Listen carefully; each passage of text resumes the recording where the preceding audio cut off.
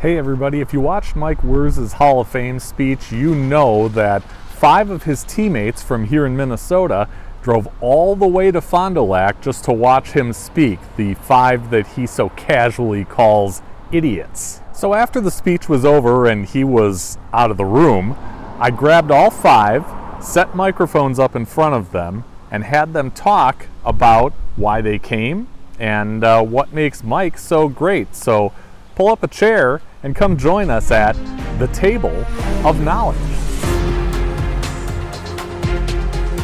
All you guys idiots on a stage in front of what? Tens of dozens? Tens of dozens. Yep. Dozens. I mean, this is your chance to crack back. What do you got? I don't know. Well, he's the lead idiot.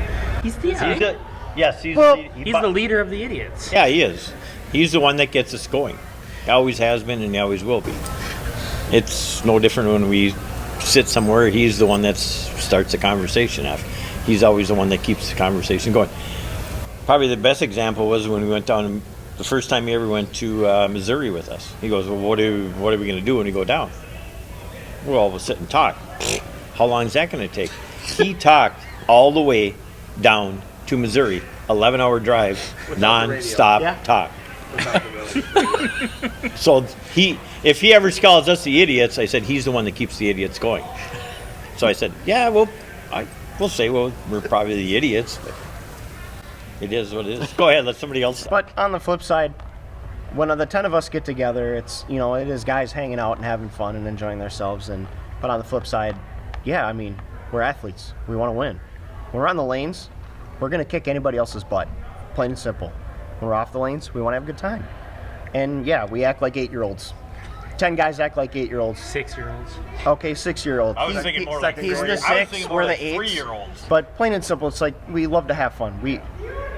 All 10 of us are good at this game. But we also want to enjoy everybody's company and have fun. And that's a big thing. That's the one thing that I've always noticed, and I said I was just talking to somebody in the bathroom too, and I said, it's really funny for me, being kind of an outsider from a smaller area to the Twin Cities, kind of like him too, and I said, you kind of are an outcast somewhat until you get to meet everybody. And I said, you know what, you have, the fun part for me is, and I said, with all of these guys, I've made so many good friendships, and I said those friendships will never end.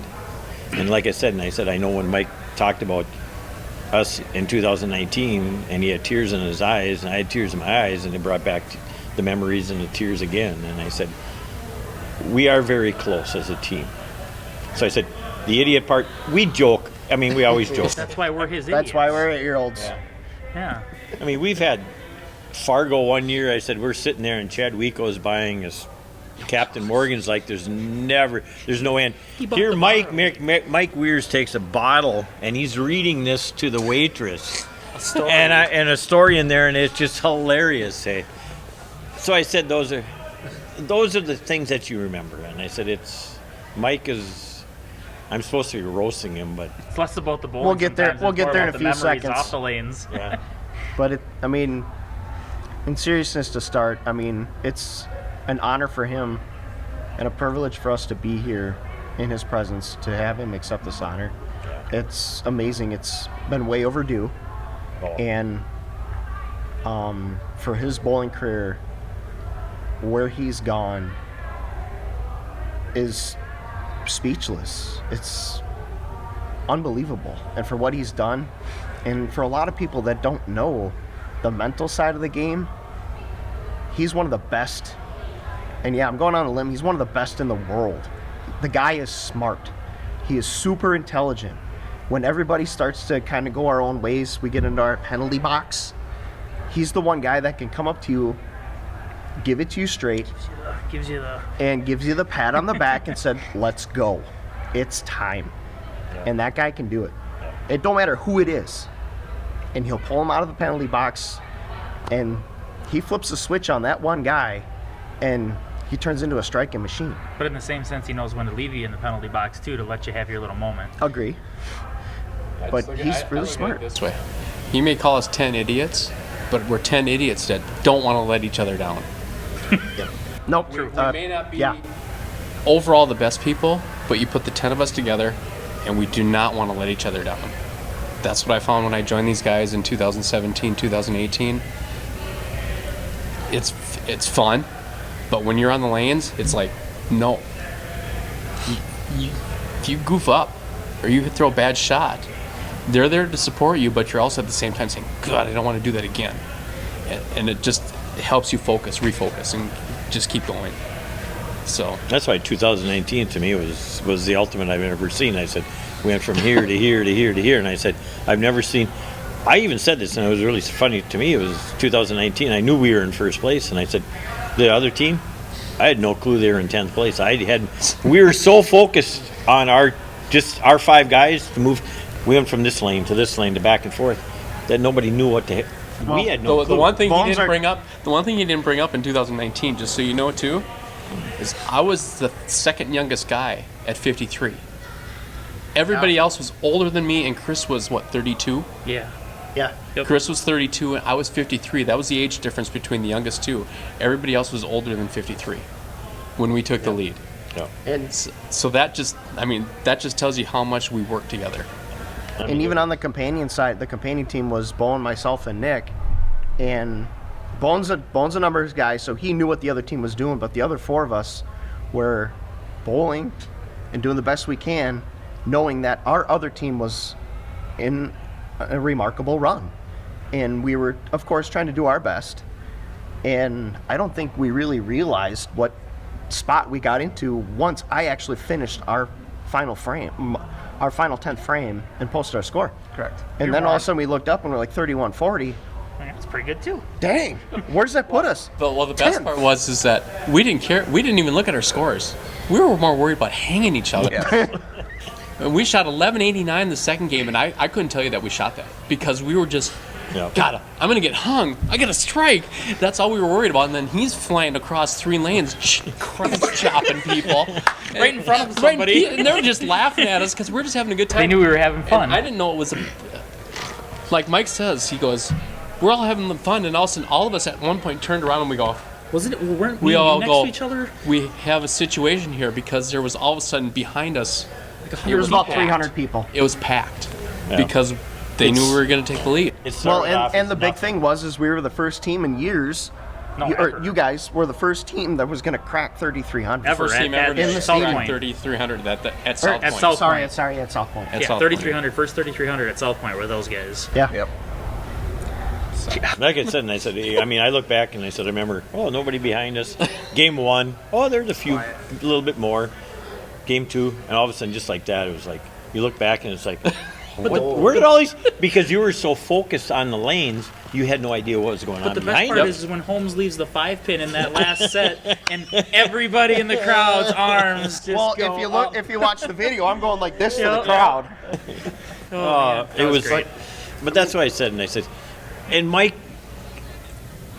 and we keep trying to get him back. We're hoping that he's coming back next year. Mike is a glue that holds everybody.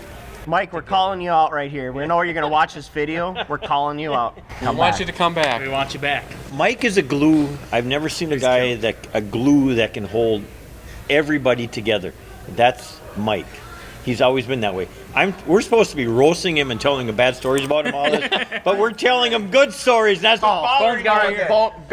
Bohn. Yeah. We're bowling in Fargo. We got a good pair. Mike's on there.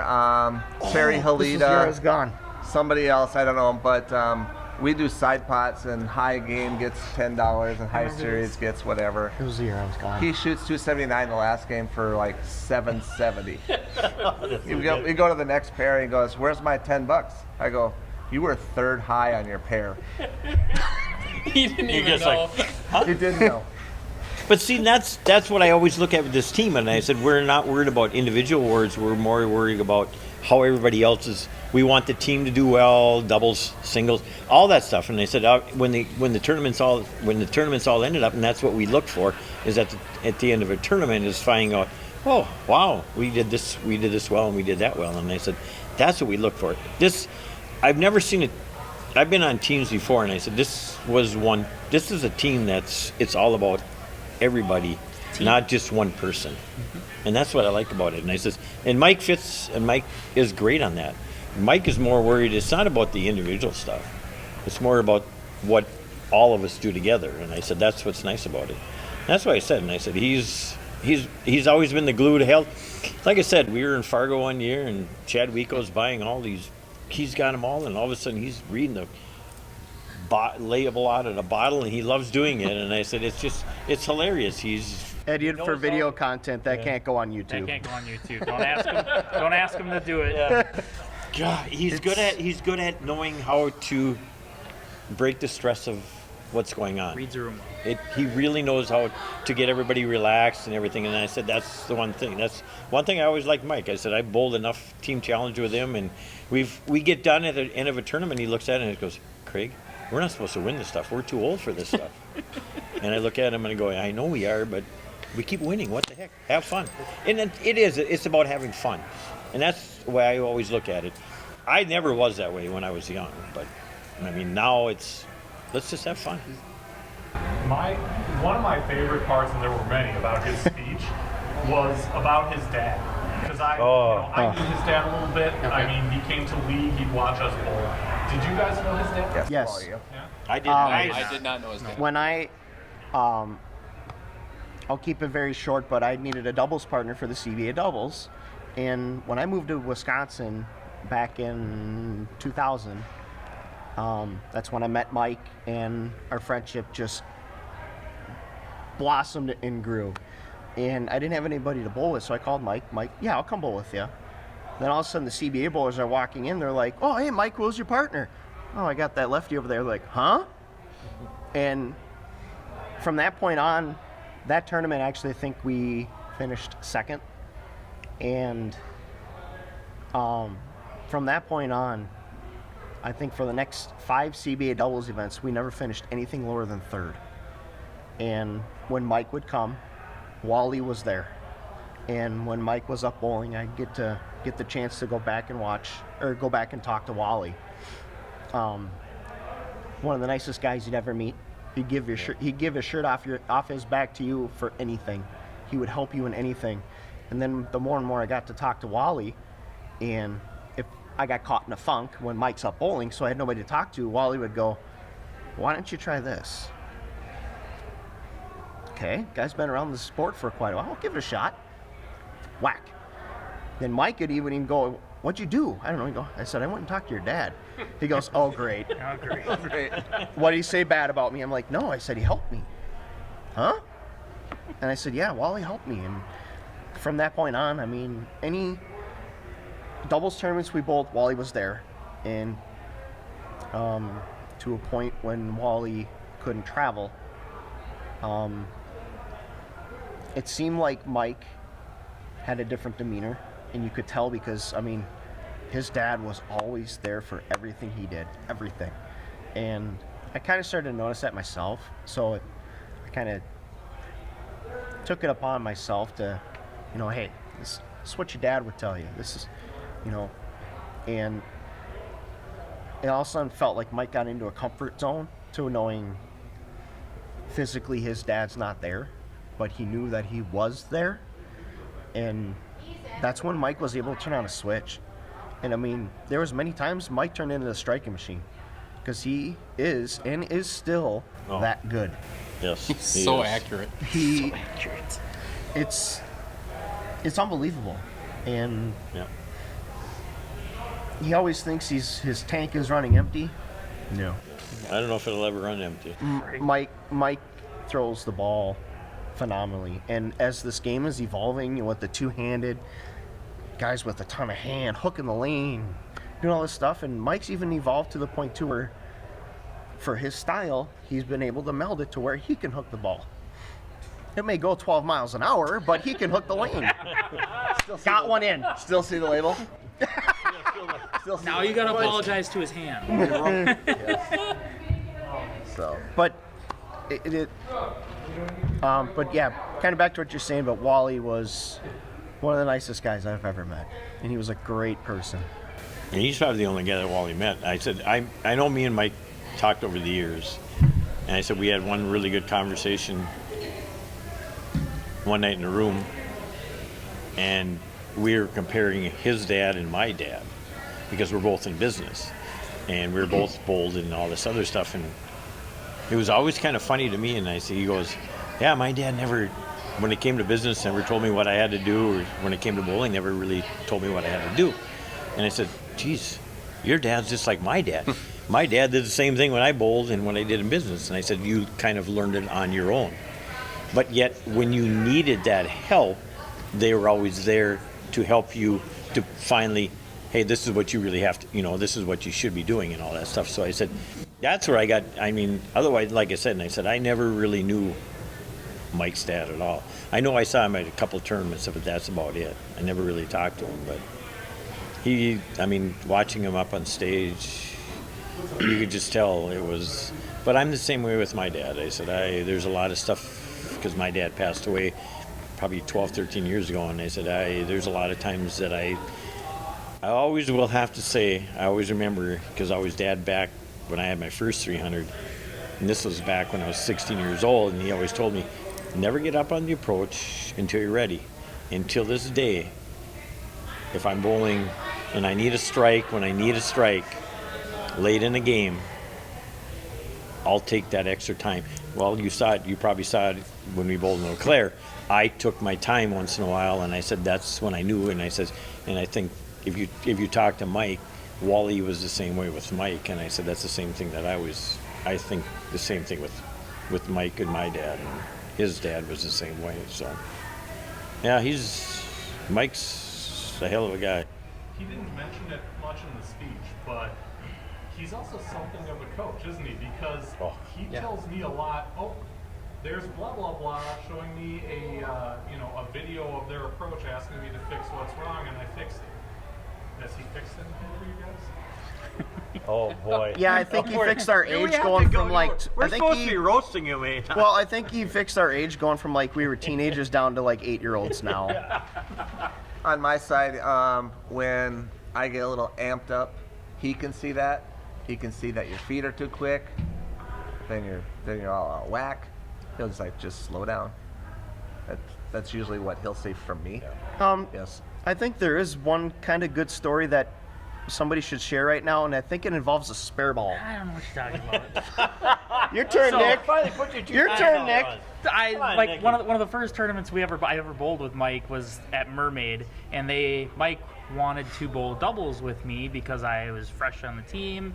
He wanted to get to know me. He wanted to be able to help me acclimate better, and yeah, it was awesome. And while we were bowling doubles, I missed a lot of single pins. Still and do. Now I got one. I was hooking at him, and for that tournament, it was on a tougher pattern. And when you're in a house shot, it's more predictable. You can hook at a single pin. Well, Mike decided to holler at me and say, "Here's the deal. I don't care what our score ends up being. You will grab your spare ball and you will throw straight at every single solitary single pin the rest of the tournament."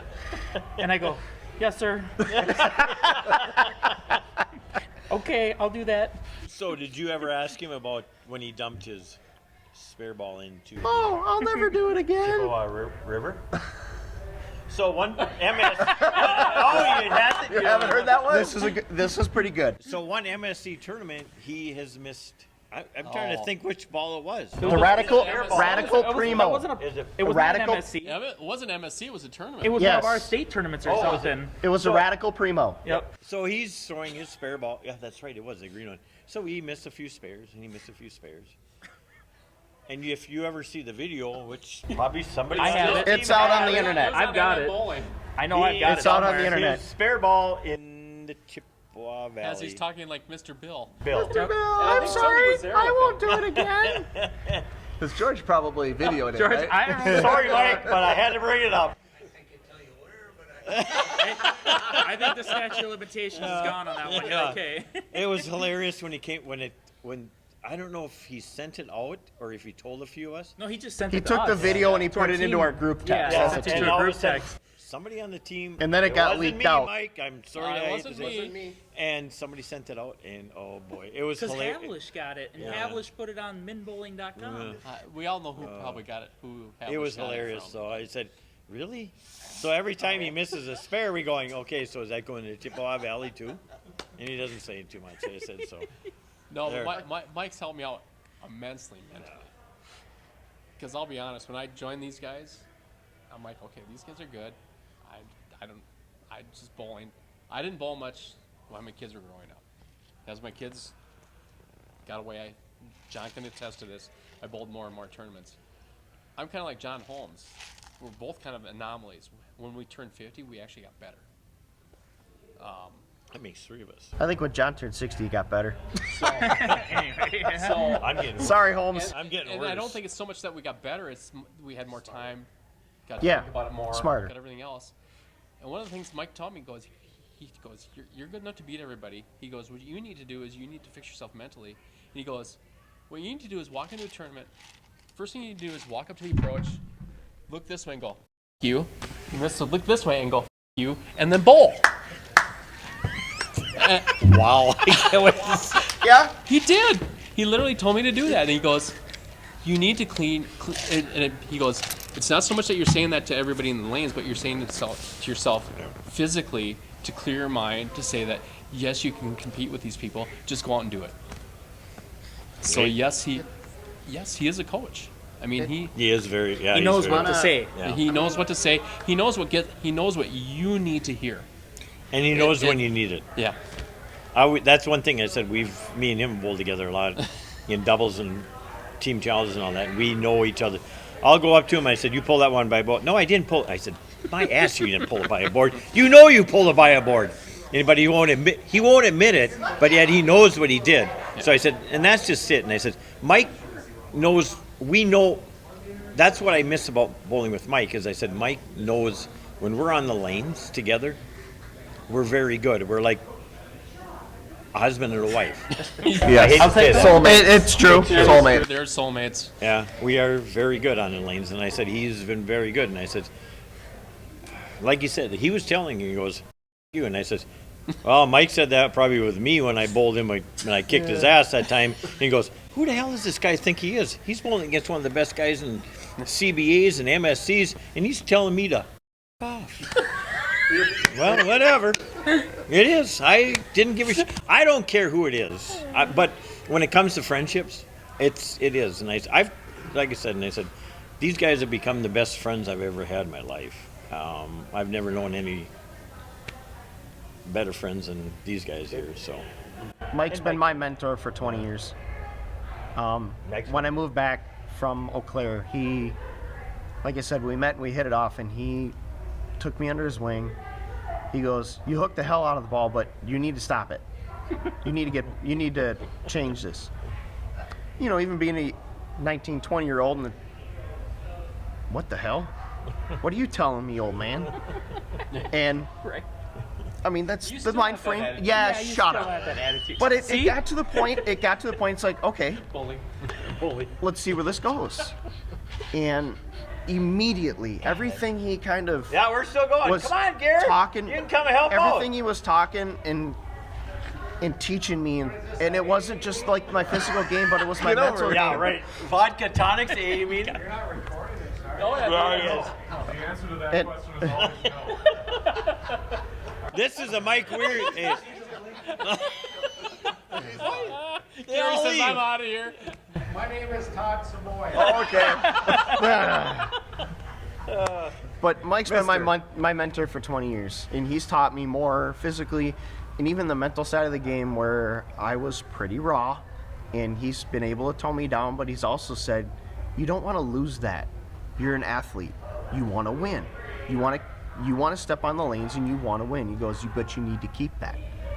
And it's been amazing. And I mean, even bowling and in life, he's been there for me for more than he's ever needed to be. And there's no way that I was missing this for him. But he is, again, he's just that smart. He's that good of a competitor. He's that good of an athlete. Throws a hell of a fast pitch. Oh. I don't ever want to bat against him. Even at 65 years old, he can still throw at 65 miles an hour, which is surprised his arm is still intact. But no, I mean, all in all, he's a great friend. He's a great bowler. He's a great person. And he has a very wonderful family. Okay, go around the horn here. You kind of alluded to it, but why'd you have to be here? I mean, you know. He's my mentor. I'll get out of the way. He's my mentor. He always has been for a long time. He sent me a text, that he got into it, and I said, okay, I'm going to send it up. Hold on a second. Yep. I am going to shut that door. Kelly's getting loud. Kelly's getting loud. Kelly is? Kelly? Shush. We'll have Tell to her I need a vodka tonic. we'll have to get Mike in here in a few minutes. Good. Okay. So I know Mike sent me a text, and he said, oh, I'm going to the Wisconsin Hall of Fame. I said, okay, that's fine. And I said, I wouldn't miss it. And I said, I'll send it out to the rest of the team, and Pete, who decides to come, is going to come. And I said, like I said, and I said, everybody, and all of a sudden, boom, boom, boom, there's 5 of us that, wanted to come. And I says, for me, it was more about COVID year. When a few of the guys came up and we sat at my place up in Melrose, and we sat and talked, and I said, we made a bond. I mean, we really made a close relationship. And that's the thing that I said, with me and Mike have been very close since it's been quite a few years. And I said, that's what it was for me. So I said, there's no way I was going to miss this. And he goes, you don't have to drive that far. And I says, Mike, realistically, if I would happen to go in the Minnesota Hall of Fame, you're going to probably come to mine. And I said, there's no way I'm missing this. Mike's been a great friend. I mean, I'm not kidding. I said, we've hugged more than once over the course of the years. And I said, for me personally, I've never really hugged anybody except for probably my wife. And I said, when I see these guys all the time, and I said, we always give each other a good handshake, a good hug, or whatever it is. And I said, I've always said, and I said, the bond that we've had with all of us has been very good. And that's what I like about these guys. Oh, hold it. Here, I'm gonna give one to Savoy. This is Mr. Todd Savoy. Mr. Todd Savoy, come sit down. All right. Well, for me, I didn't join these guys until 2017, 2018. I knew of Mike. I didn't know him that closely. So it's been 6 years. I've gotten close to him just because of his help. We've talked a lot on the phone. He's helped me out a lot in my game. He's helped me a lot mentally. I've probably had more, like I said, more success than I've had. I've had more success in the last 5 years of my bowling career than I ever have. I'll attribute that a lot to Mike. I mean, John's known me forever. I mean, probably as long as he's known Mike. I bowled tournaments with him for a while, then we didn't bowl tournaments, but we still bowled league together, and then we're bowling tournaments again. But I'd have to say that's why I came, because Mike has helped me out more mentally than anything the last 5 years. Just to have more success than I've probably ever had in my bowling career ever. So that's why I'm here. I'd same kind of as Jones almost. The only person I knew when I joined this team was Johnny. I knew of Bohn. I knew of pretty much most of the guys on the team. I pretty much was like, yeah, sure. I don't know. It's kind of scary, but I'll go bowl with you guys. And what did your dad say when you asked him about it? Oh, he goes, yeah, you say yes. They're asking you to join. Of course you join. All right, yep, sounds good. Because my dad is kind of like, they're the Schiffler's dad. He's a good bowler, back in his prime, he was a good bowler. Yeah, he's my confidant. He's the guy I go to. Even if as a no-brainer decision, I'm going to go, Dad, what do you think? But funny enough, Wirz is kind of that person for me a little bit.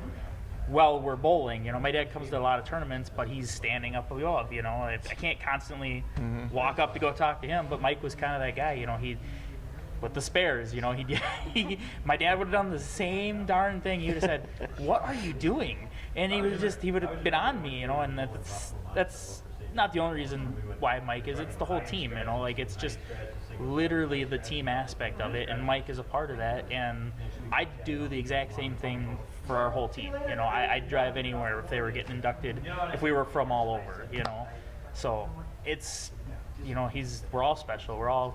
We make a Special. well, That's special a good word. Special's a good word for it, but we're all special. We're all teammates that are kind of a bunch of goofballs. 8-year-olds? Yeah, we're a bunch of goofballs that come together to make, I'd say, one of the best teams in Minnesota, when it comes to tournament bowling. Yeah, I would probably say that. So, and it's just, you're there for each other, and that's what it shows on the lanes as well. Why are you here, Steve? Why am I here? Wife's out of town. No. As soon as the email or the text came out, I knew I was coming. What is going on over there? He's doing the worm. talking. He's doing the worm. I didn't know where it was. I'm like, oh, it's Fond du Lac. It's 5 hours away. Who cares? My daughter is in school in St. Todd, Stephen's you need help Point. up? Todd needs a beer. Wow. What's up, Mike Todd? has been a good guy to us. I wish that he would have bowled nationals with us this year. What the hell is going on here? Anyway. Yes. Oh yes. Not yet. Yes. Yeah. But yeah, would have been awesome to have him at nationals this year, but next year we'll have him back. If you didn't get a chance to hear Mike's speech, just check out the Hall of Fame playlist. While you're there, you can get his perspective in the video, My Idiot Teammates.